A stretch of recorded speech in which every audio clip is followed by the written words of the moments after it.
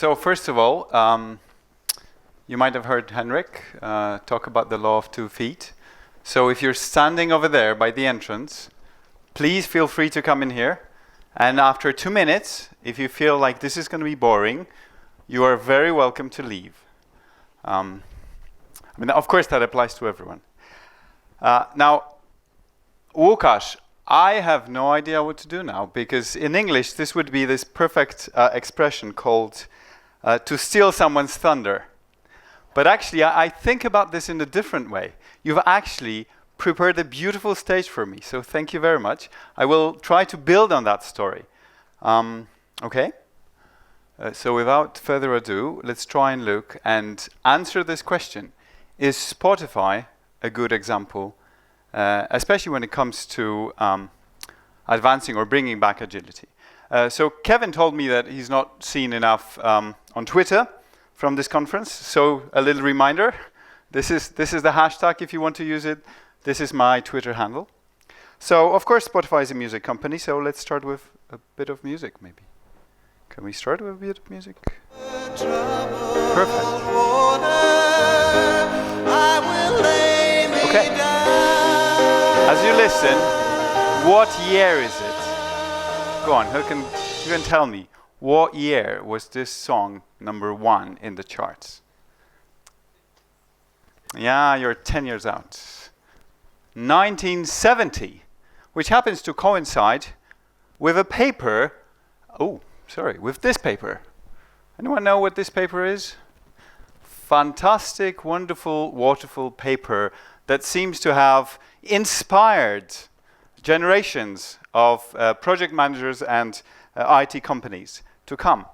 Only had they read the paper, they would have seen this little comment buried somewhere in there. I believe in this concept, but the implementation described above is risky and invites failure, right? Winston Royce said that in the paper which we used to build the waterfall model. But he didn't know about Kinevin then, right? So another piece of music maybe, if it works. Okay. Okay, we're moving forward in time. Brian, do you remember that?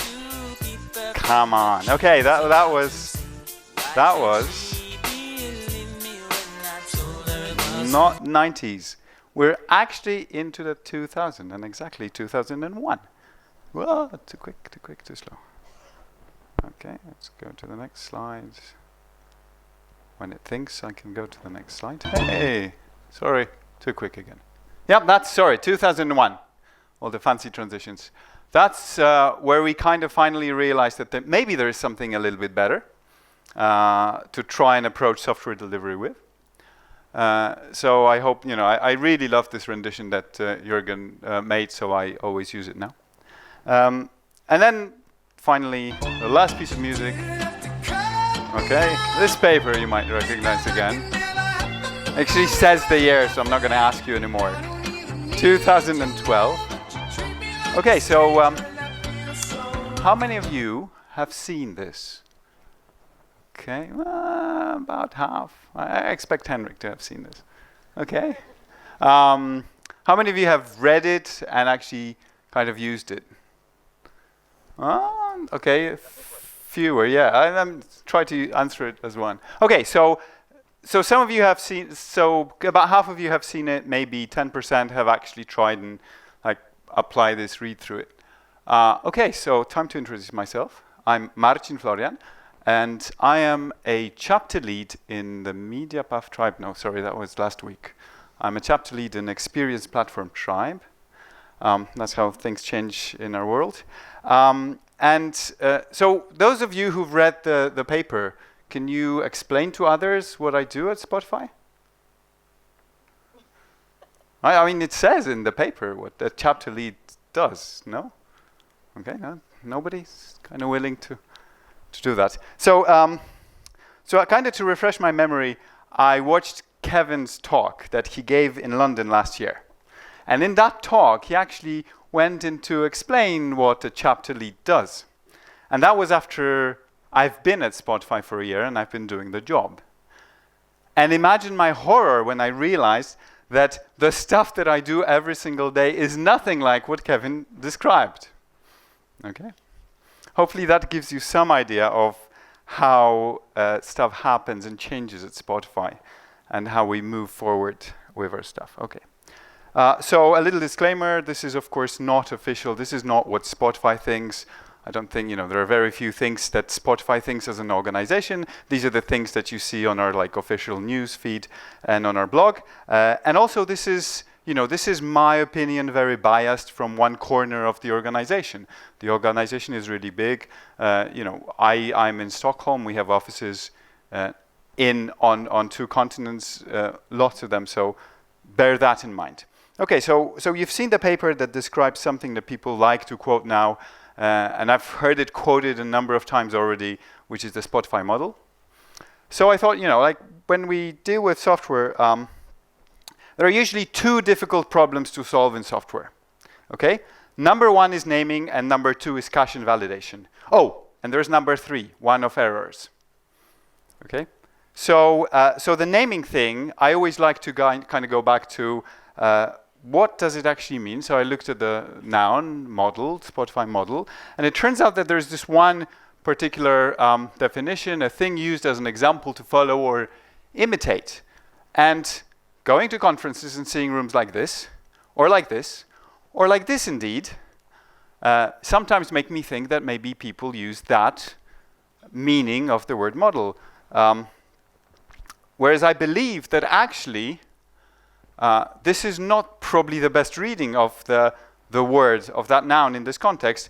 I'd much rather use this one, which is a simplified description, especially a mathematical one, of a system or process to assist predictions. Yeah? Okay? This is a certain simplified representation of what Spotify did. And now here's the slide that Łukasz so kindly already showed you. So if you wanted to know what's behind the model, here it is. It actually consists of not just 1 page, but 2 pages. So here's page 2. And if you would like to know a little bit more about this, 2 wonderful videos that Henrik prepared for us, you can delve into the detail. But as one of our Agile coaches always says when he speaks up at conferences, shout out, and I'll tell you, shout out about any aspect of that model, and I'll tell you how it doesn't quite work like that at Spotify. Okay? So I'll try and in the next 20 minutes dig a little bit deeper. So I've heard someone, actually Kevin mentioned yesterday values, right? And talked about Microsoft values and Adobe values. So here are Spotify values. I would like you to have a quick read. These values: collaborative, passionate, innovative, sincere, playful. Raise your hand if you recognize any of these values as being the values of the company that you work for. Wow, fantastic. Okay, half of you recognize these values. But wait, you do not work at Spotify, and I suspect you're not Spotify either, so what's wrong? How can this be? Well, it turns out that these values are a certain artifact of something that has been mentioned here in this conference many, many times, and people are like, why do we keep talking about this C word here over and over again? Well, it turns out that it's might be a fairly important word. So this guy had something to say about culture, and he said this. So the C word is culture, and he said the culture is an abstraction, yet the forces that are created in social organization situations deriving from culture are powerful. Okay? So he says, every organization has a culture, and it creates a set of forces which are really powerful. Okay? But, there's a but. He also, there's a second sentence here that I really, really love. If we don't understand the operation of these forces, we become victim to them. Okay? And this is why so many people, I believe, talk about culture, and this is why I believe culture is a really important aspect. Okay? So this guy is called Shane, and he talked a lot about culture, and he created also this model. And what I would like to take away would like you to take away from this model is this iceberg part, which is that culture usually manifests itself with a set of visible artifacts and products, like the company values that are plastered all over your offices or in your corporate intranet. And the invisible, immersed part that really creates those forces that Shane talks about, which are much more difficult to discover and understand. So what I thought, well, I'll try and do today is look under the surface at Spotify and look at some of those beliefs and principles that we hold dear and which I believe took us to where we are and shaped the model as well that you have seen before. Okay, so there are going to be a few. We're not going to talk about all of them, but autonomy is definitely an important belief. And what we believe in at Spotify is that small, empowered, cross-functional teams are the foundation of our fast-paced development and innovation. Okay, and this is why we have spaces like this. This is a squad room in which that autonomous cross-functional team can have space to work together. We also talk about something, another beautiful picture from Henry, that we look at the autonomy and we don't just implement autonomy as a way for people to operate, because then we risk being in a chaotic state where everyone does their own thing very well, but goes in different directions. But we try to make sure that we're aligned in our autonomy so that we try to achieve the same outcome. And here's some practical example of how this autonomy, not necessarily at squad level, but also in terms of the how we work in the company, looks like. So this is our IT corner. And this fantastic IT corner, you can see different bits of kit that you can use, right? Keyboards, mice, stands, adapters, batteries. And it so happens that when you need any of these, you just walk up and take it. No forms, no agreements, no confirmations, no managers involved, just your own personal judgment. That's the part of autonomy, right? That's us living it. You might have seen this book, right? Anyone seen this book, recognize this book? Fantastic, quite a few hands go up. And in this book, you'll read about autonomy, mastery, and purpose. And these are also happen to be the things which we're using. And actually, our HR department is very explicitly showing this book and using this model. However, we have not picked up this book from the shelf and said, oh, Dan Pink, interesting, let's implement that. We've been evolving towards that, and then we realized, oh, actually, the things that we're doing are maybe a little bit like the things that are described in this book. So maybe let's see what else is described in there, and let's take it all as a package, and now we can use it, right? But the book came second. Also, we're talking about Agile and Agile Manifesto. A little reminder, that's what is on the second page of the Agile Manifesto. Build projects around motivated individuals, environment and support they need, and trust them to do a good job. At Spotify, we call this autonomy. Collaboration, okay? So we believe that to achieve good stuff, we want people collaborating effectively with each other. This is why we have space like this, yeah?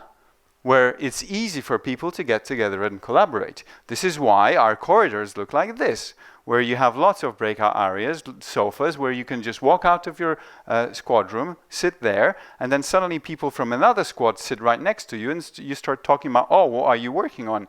Oh, it turns out I'm working on a very similar thing. Let's do something together, or let's align our efforts, yeah?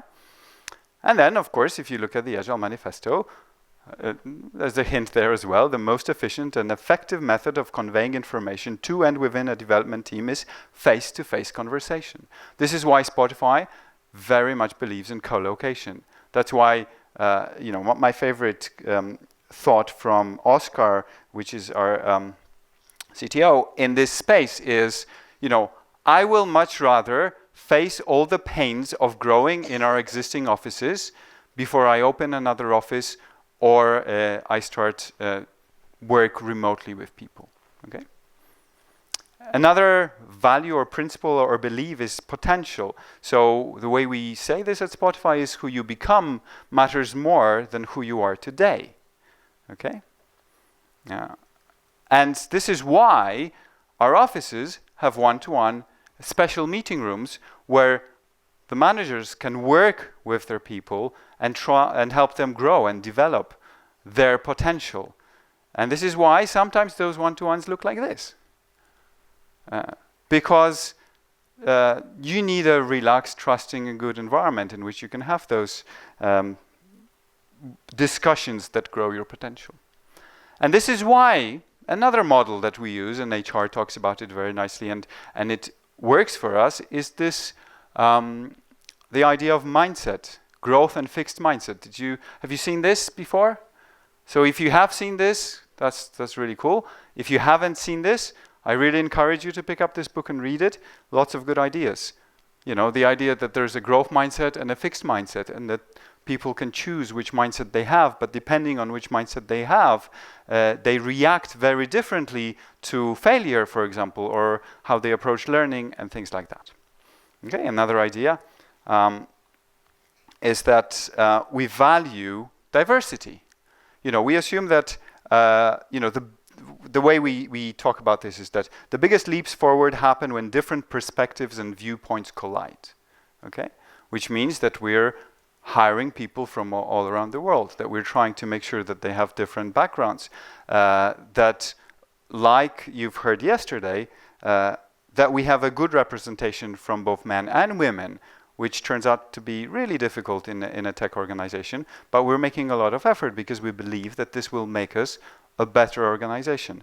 And we do lots of activities, and here's Henrik again, holding a beautiful poster. You know, we do things like diversity summits, where people from all around the organization get together and discuss what does it actually mean to have a diverse teams, and how do we solve those problems that diversity creates, because let's not fool ourselves. You know, it's much easier to work with 5 other people who think like you and act like you and look like you. But they will also have ideas like you. And that's the challenging part. We also talk about this, we assume that we're in this for the long term. People have been asking me since I joined, oh, you have joined a company which is not profitable. Yes, and I will always answer to this, yes. I might have joined a company that is not profitable yet, okay? Because we believe that we need to grow and we need to invest in order to realize our full potential. Because we believe it's a marathon, not a sprint. And of course, if you look in the Agile Manifesto, it happens to concur. Agile processes promote sustainable development. Maintain a constant pace indefinitely. Can your organization do this today? Can you say that you can deliver at the same speed all the time, repeatedly? And finally, there's learning. So we assume that learning is an essential part of how we operate. And this is, the way we talk about this is that whoever learns the fastest will win. And this is my favorite quote from Daniel, which I actually heard straight from him when I started, or not long after I started. We aim to make mistakes faster than anyone else. But we're not aiming to make mistakes faster than anyone else just because we're reckless, or because we like making mistakes. It's because we recognize mistakes as an essential element of experimentation and learning. So if we're not making mistakes, then we're probably missing opportunities to learn. Okay? But that learning comes with a side effect, which is this. Okay? Grumpy Cat tells you, there are 2 things I don't like: change and the way things are. So if you are into learning, you have to expect that there will be change. And that change will be almost constant. And this may be difficult, and it may be painful at times. At another conference I did this talk, I called out Kevin, but I'm going to call him out today anyway. So remember Kevin who talked about Spotify. He's no longer at Spotify. He's at Avo now. that's part of the change. You know, our leaders change, our processes change, our structures change very, very frequently. That comes with a price, but we think that price is worth paying for the benefits of learning and improvement that we're getting out of it. And voila, look at the Agile Manifesto. Okay, at regular intervals, the team reflects on how to become more effective and tunes and adjusts its behavior accordingly. And we do this with teams, and we do this at the scale of the whole organization. So I've shown you some models. There's another model that feels like it fits really well with what we do. And again, we haven't started, I'll show it in a moment. We haven't started by applying this model, but we looked at what is out there and we thought, ooh, actually, this model looks pretty sweet. It's called the Modern Agile. Yeah, Joshua Gurievsky, I believe. Yeah, is that right? Or am I good? Okay, cool. I've remembered him well. So, you know, and there he says, okay, the modern agility comes in 4 parts. Make people awesome. Oh, wait, we talk about potential and learning, right? And the one-to-ones you've seen and all that investment. You know, make safety a prerequisite. You've seen that, you know, it should be safe. And we talked about this yesterday as well. Trust is part of that safety. And then, you know, I didn't talk about any examples here, but we really want to make sure that we deliver value continuously and we experiment and learn rapidly. Now, since we realized that our intentions are aligned with this model, of course we're using this model now. We are showing this picture to every single engineer who steps through the door as part of our induction process. But we're doing this because it so happens that our actions are aligned with the thinking of this model, and it turns out to be helpful. Okay? So now we're getting to the really meaty stuff. Anyone recognizes this guy? This is back to this point about the old books, right? So there's a hint already. It's a black and white picture as it was originally. Anyone knows him? Not really. Okay. So this is MacGregor, who you may recognize from a book called, oh, I've forgotten about it now. The leader, the management, no, I don't remember. But he's the author of the Theory X and Theory Y. So if this sounds familiar, he's the author, right? And his book is absolutely fascinating because I realized when I read it very recently again, that all the assumptions of the theory Y, which he proposed are being, like in the 60s, as being the way to go forward with knowledge management, or knowledge work in general, you know, are aligned with what we're doing at Spotify. And in that book, he has this wonderful, wonderful quote, which is, only as we examine and test our theoretical assumptions can we hope to make them more adequate, to remove inconsistencies, and thus to improve our ability to predict. Okay? We're going back to this culture and discovering what is behind the surface in your organization. Because unless we understand what are the assumptions that your organization makes about the way it works and about the way that people behave, the assumptions that it makes about what is valuable, right? Is there a parking space in front of the main entrance that says head of engineering? Or does it says head of HR? Or maybe there isn't such space at all, okay? These are the things which are examples of those underlying assumptions, and we have to understand them. Yeah? Okay, Douglas MacGregor. And, you know, this is fancy, elaborate language. Jason Yeep, that I've quoted earlier, our Agile coach in New York, he says this: to improve effectively, you can't act blindly. Instead, you must understand the mechanisms. Yeah? You must understand the mechanisms which are available to you outside in the literature, and you have to understand the mechanisms which govern the way your company operates today, right now. Okay? So if these thinkers are not enough, here is a favorite thinker from the Lean movement. Yeah? Okay? Anyone recognizes this guy? Yay! Some hands go up. Very good. Daiichi Ono, yeah? What company is that? Toyota, of course. So this is like we're trying to move up one level of abstraction, and I believe there's a wonderful part in the Agile Manifesto that I finish with, but let's look at the quote from him, because this is for me the essence of the Spotify model, the way we practice this at Spotify, which is this: stop trying to borrow wisdom and think for yourself. Face your difficulties and think and think and think. And solve your problems yourself. Okay? Daiichi Ono. Well, that sounds painful, right? Sounds difficult. Sounds uncomfortable. I gather this from the total silence that befell this room now. But I am really sorry to break it to you. There is no other way. There are lots of ways in which we can help ourselves by understanding what others have done, but we have to face our own difficulties ourselves. And this is where Agile Manifesto so beautifully starts with, we are uncovering better ways. And I hope that 10 years later, we are still uncovering, or 15 years later now, we are still uncovering better ways to do software, and we're not satisfied with the ways that the people before us have set.